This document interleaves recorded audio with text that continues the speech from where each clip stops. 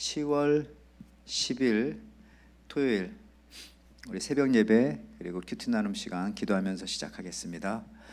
하나님 아버지 감사합니다. 오늘 또 주일을 앞두고 이 토요일 아침에 하나님 앞에 예배하며 또 기도하며 말씀 들을 수 있도록 인도해 주셔서 감사합니다. 오늘도 우리가 이 말씀 듣고 또 함께 큐티 나누면서 저희들 각 사람에게 필요한 은혜 허락하여 주옵소서. 감사드리며 예수님의 이름으로 기도하옵나이다. 아멘. 오늘 말씀은 에레미야 45장 1절에서 5절에 있는 말씀입니다. 유다의 요시야 왕의 아들 여호야킴 넷째 해에 느리야의 아들 바룩이 에레미야가 불러주는 대로 이 모든 말을 책에 기록하니라. 그때의 선지자 에레미야가 그에게 말하여 이르되 바로가 이스라엘의 하나님 여호와께서 내게 이같이 말씀하셨느니라. 내가 일찍이 말하기를 화로다 여호와께서 나의 고통에 슬픔을 더하셨으니 나는 나의 탄식으로 피곤하여 평안을 찾지 못하도다. 너는 그에게 이르라. 여호와께서 이와 같이 말씀하시기를 보라, 나는 내가 세운 것을 헐기도 하며 내가 심은 것을 뽑기도 하나니 온 땅에 그리 하겠거늘 내가 너를 위하여 큰 일을 찾느냐? 그것을 찾지 말라. 보라, 내가 내 모든 육체에 재난을 내리리라. 그러나 내가 가는 모든 곳에서는 내가 너에게 내 생명을 노량물 주듯 하리라. 여호와의 말씀이니라. 아멘. 자, 오늘 우리가 이 에레미야 45장 1절에서 5절 말씀 가지고 큰 일을 하려면 크신 하나님과 함께하면 됩니다. 이런 제목으로 말씀을 함께 나누고자 합니다. 여러분들 큰 일, 또 작은 일, 어떤 것이 큰 일이고 어떤 것이 작은 일이라고 생각하십니까? 그것은 굉장히 간단합니다. 그 일을 부탁한 사람이 누구냐에 따라서 그것이 결정이 되는 것입니다. 아무리 하찮은 편지를 하나 전하라고 할지라도 그 종이 편지가 왕이 나에게 내려주신 것이라면 그것은 칙령이 되기 때문에 아주 엄청난 가치가 있는 겁니다. 여러분들, 우리가 그 어떤 일을 평가할 때에 이 일을 누가 시켜서 하느냐, 혹은 누가 부탁해서 하느냐, 또 누구를 위해서 그 일을 하느냐를 생각해 보면 그 일의 가치가 달라집니다. 여러분, 쉬운 예로 여러분 마당에 빗자루질을 한다고 할 때에 그냥 그것이 우리 집 앞마당을 쓰는 것과 교회 앞마당을 쓰는 것과는 아주 다르죠. 자, 우리 집 앞마당은 누구를 위해서 하는 겁니까? 자기를 위해서 자기 앞마당을 쓰는 것입니다. 그러나 이 교회 앞마당을 쓴다라고 했을 때는 그거는 자기를 위한 것이 아니라 첫째, 하나님을 위해서 그렇게 하는 것이고, 또 두 번째, 성도와 타인을 위해서 하는 것이기 때문에 이게 똑같은 빗자루질이라 할지라도 아주 차원이 다른 겁니다. 가치는 더 말할 나위도 없습니다. 여러분, 모든 일들을 이렇게 생각해 본다면 우리가 하는 일이 어떤 일이어야 하고, 그리고 어떤 일부터 먼저 해야 하는가 하는 것은 굉장히 쉽게 분별할 수가 있습니다. 오늘 이 본문에서 이 바룩에 대한 이야기가 나옵니다. 바룩, 저는 이 바룩을 볼 때마다 항상 벼룩 생각이 나는데 그냥 바룩이에요. 바룩, 히브리 말로. 이 바룩은 누구냐? 바로 에레미야의 비서라고 보면 됩니다. 또 시종일 수도 있고요. 또 에레미야를 따라다니면서 말씀을 받아 적었던, 마치 베드로 옆에 마가가 있었듯이, 그죠? 그런 식으로 말씀을 적는 겁니다. 따라 적는 그러한 비서와 같은 역할을 감당해서 바울 옆에 누가가 있었듯이 뭐 그렇게 비서처럼 건강도 관리해주고 말씀도 받아 적어 쓰기도 하고 그런 일들을 했던 사람이 바로 이 바룩이 바로 에레미야 옆에서 그런 사역을 함께 나누는 그런 사람이었습니다. 여러분들, 이 바룩에 대해서 오늘 그냥 1절 2절 한번 보면은요, 1절 유다의 요시야 왕의 아들 여호와킴 넷째 해에 네리야의 아들 바룩이 에레미야가 불러주는 대로 이 모든 말을 책에 기록하니라. 그때 선지자 에레미야가 그에게 말하여 이르되 바룩아 이스라엘의 하나님 여호와께서 내게 이같이 말씀하셨느니라. 자, 오늘 1절에 보니까요, 우리가 사실은 이 지금 에레미야 45장 보고 있지만은 어제 보았던 44장보다도 지금 45장은 더 옛날 이야기를 하고 있는 겁니다. 자, 우리 쉽게 말해서 어제 45장, 뭐 44장 아니면 뭐 43장, 뭐 42장 이런 데는 다 이 유다의 마지막 왕인 시드기야 왕에 관한 그런 내용입니다. 그 시대입니다. 그런데 오늘 45장은 그것보다도 더 옛날인 오늘 1절에 보니까 여호야김 4년 되는 해, 그러니까 더 옛날 이야기를 하는 거예요. 그러니까 이 에레미야 성경이 시대별로 되어 있지 않습니다. 가다가 여러 이게 시간이 좀 중적되기도 하고 또 옛날을 회상해서 말씀해 주시기도 하고 그렇게 되기 때문에 그런 시간관념에 여러분 조금 유념하시면 좋을 것 같은데요. 자, 어쨌든 오늘 이 바룩에 대해서 이제 설명을 하는 것입니다. 바룩은 좀 전에 말씀드렸지만 에레미야의 비서 같은 역할을, 또 서기관 같은 역할을, 시종 같은 역할을 감당했는데 오늘 본문에 보니까 이 바룩이 에레미야를 따라다니면서 사역을 하다 보니까 우울증에 빠진 겁니다. 우울함에, 또 비관과 또 낙심에 빠지게 된 겁니다. 그래서 이 바룩을 하나님께서는 위로하시고 격려하시는 그런 말씀이라는 것이죠. 자, 이 먼저 이 바룩이 어떤 사람인지 한번 자세히 살펴보면은 그 에레미야 36장에 가면은 에레미야가 선포한 이 유다 멸망에 대한 예언을 바룩한테 받아 쓰라고 했어요. 두루마리에. 그래서 이 에레미야 36장 기억하십니까? 거기에 이제 바룩이 하나님의 말씀을 에레미야로 선지자로부터 받아 쓰고 그것을 갖다가 이제 이 여호와김 왕한테 읽어 드려라 그랬어요. 가서 읽어 줘라 그랬어요. 그래서 이 바룩이 대신들에게 읽어주고 그랬던 대신들 중에서 이거 왕에게 들려줘야 된다. 그래서 그 당시에 이제 왕이 겨울이었기 때문에 겨울 궁전에 있다고 하여 그 겨울 궁전까지 찾아가게 되어집니다. 그랬더니 이 여호야김 왕이 화롯불을 쬐고 있었는데 거기서 이제 이 바룩이 에레미야가 전해준 하나님의 말씀 기록된 그 두루마리를 읽는 거예요.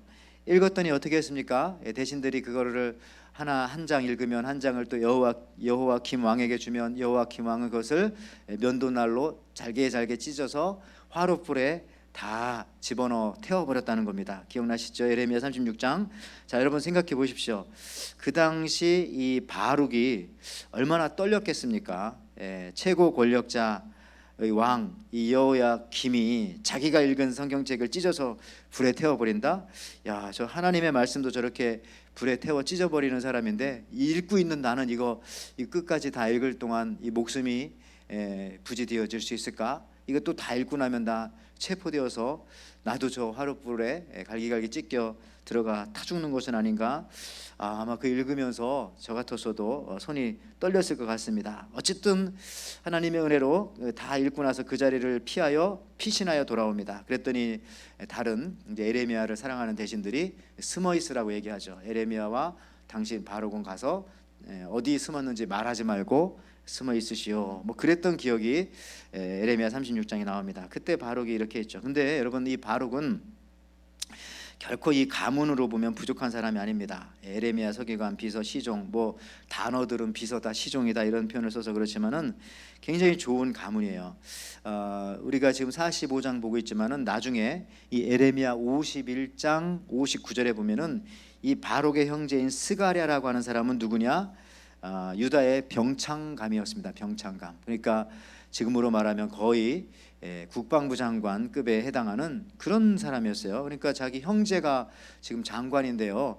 사실 조금만 에레미야를 떠나서 형하고 이렇게 얘기하면은 충분히 고위 관리에 올라갈 수가 있죠. 더군다나 그의 할아버지였던 이 바룩의 할아버지였던 마세야도 굉장히 높은 직급의 벼슬을 갖고 있었고, 아까 1절에도 나오지만은 이 네리야라고 하는 사람도 굉장히 훌륭한 유명한 그 당시 서기관이었고, 그러니까 얼마든지 출세하려고 하면 출세할 수 있었던 사람이 이 바룩이었습니다. 그런데 지금 하나님의 말씀, 하나님의 일을 하기 위해서 이 에레미야 선지자를 따라다니는데, 이 에레미야 선지자께서 정말 좋은 말을 전해주고 백성들에게 희망을 주고 백성들한테 말하면 백성들의 얼굴이 밝아지고 환해지고 웃고 서로 박수치고 할 그런 말을 전하라는 게 아니라, 계속 전하는 말씀은 하나님의 말씀이지만 멸망과 심판과 이런 우울한 말을 전하다 보니까 자기도 결국에는 오늘 말씀과 같이 상당히 조금 우울하게 되어지는, 자기도 좀 낙심하게 되어지는 그런 상황에 빠지게 된 겁니다. 그래서 오늘 이 우울증에 빠진 바룩의 그 모습들을 볼 수가 있겠는데요. 3절에 보니까 그러잖아요. 내가 일찍이 말하기를 화로다 여호와께서 나의 고통에서 슬픔을 더하셨으니 나는 나의 탄식으로 피곤하여 평안을 찾지 못하도다 하면서 지금 상태를 얘기하죠. 4절에 너는 그에게 이르라 여호와께서 이와 같이 말씀하시기를 보라 나는 내가 세운 것을 헐기도 하며 심은 것을 뽑기도 하나니 온 땅에 그리 하겠거늘. 이제 바룩에게 에레미야가 하나님 말씀을 통해서 지금 위로하고 격려하고 또 다시 힘을 내야 하는 이유를 설명하고 있는 겁니다. 쉽게 말하면 3절을 아까 읽었지만 그런 겁니다. 하나님께서 바룩 너의 마음을 아셨다는 겁니다. 네가 얼마나 힘들어하고 피곤해하고 또 탄식하는지 나도 다 안다. 하나님께서 말씀해 주시고, 4절에는 여기 보니까 심기도 하고 뽑기도 하고 세우기도 하고 헐기도 하는 게 하나님이시다라고 말씀하시면서, 우리 하나님은 절대 전능자이시기 때문에 쉽게 말하면 픽처를 보여주는 것이죠. 자, 하나님 지금 큰 그림 그리고 있으니까 바루가 네가 너무 절망하지 말아라. 지금 네가 에레미야 입을 통해서 전했던 그 말을 백성들한테 네가 읽어주고 전해주고 했는데, 그런 일 때문에 힘들지만 이 멸망으로 끝난다는 것이 아닌 것을 네가 알고 있지 않느냐. 빅픽처를 봐라. 지금은 이렇게 코로나 때문에 힘들고 지금은 이렇게 여러 가지 어렵지만은 이것을 잘 견뎌내면은 하나님께서 이제 진짜 알곡들이 모여서 예배하며 찬송하며 하나님 앞에 나아갈 그런 회복의 날이 올 텐데 라고 하시는 그런 말씀과 같이, 지금 이 하나님께서 빅픽처를 보여주시면서 절대 전능자인 하나님께서 세우기도 하지만 허는 것도 하나님이시다. 왜 헐겠느냐? 다시 세우기 위해서, 더 좋은 것을 세우기 위해서. 아니 심기도 하지만 왜 뽑으시느냐? 그건 내년을 준비하기 위해서, 더 훌륭한 열매를 맺게 하기 위해서 뽑아서 또 다시 심기 위해서 뽑는 거 아니냐라고 그렇게 말씀해 주십니다. 그러면서 오늘 중요한 말씀 5절에 이렇게 말하죠. 바로가 내가 너를 위하여 큰 일을 찾느냐? 그것을 찾지 말라. 이렇게 말하는 거죠. 바로한테 너 큰 일 하려고 하다 보니까 지금 그렇게 절망감에 빠져 있고 탄식하고 피곤해하고 있구나. 네 가문 좋다는 거 알고 다 알지만은 그래, 네가 너를 위해서 지금 큰 일을 찾기 때문에 그렇게 힘들어하고 있는 것은 아니냐. 아까 제가 설교 앞부분에 말씀드렸지만 큰 일이라고 하는 것은 우리가 어떤 큰 일을 해야, 뭐 비싼 일을 해야, 경비가 많이 들어가는 일을 해야, 사람이 많이 모인 곳에 가서 어떤 일을 해야, 아니면 오래도록 남을 일을 해야 그런 것이 큰 일이 아니라, 나란 일을 해야 그것이 큰 일이 아니라 어떤 것이 큰 일입니까? 하나님의 일을 하면 그것이 큰 일이라는 겁니다. 하나님의 일을 하면 와서 마당을 쓸든지 뭐 청소를 하든지 어떤 한 사람을 위로하든지 어떤 일을 하든지 그것이 하나님을 생각하며 주님을 위해서 한 일이라면은 그것만큼 이 세상에 큰 일은 없다. 그러니까 너를 위해서 큰 일 찾지 말고 하나님의 일을 해라. 하던 대로 해라. 그러면 하나님께서 위로해 주실 것이다. 세워 주실 것이다.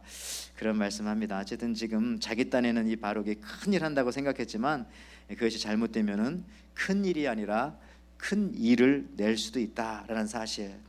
여러분 명심하십시오. 큰 일이란 내가 큰 일 한다고 해서 큰 일 하는 것이 아니라 크신 하나님의 일을 할 때에 그것이 큰 일입니다. 대통령 머리 깎아준 이발사가 지금도 유명하잖아요. 그런 것처럼 작은 일 같죠. 뭐 가위로 뭐 이렇게 잠깐 면도해드리고 이런 별것도 아니지만 나중에 지나고 나면 아우 내가 그래도 국가 원수를 모시던 그런 가위와 이 손 기술을 가지고 있다. 그러면 정말 그것만으로도 큰 일.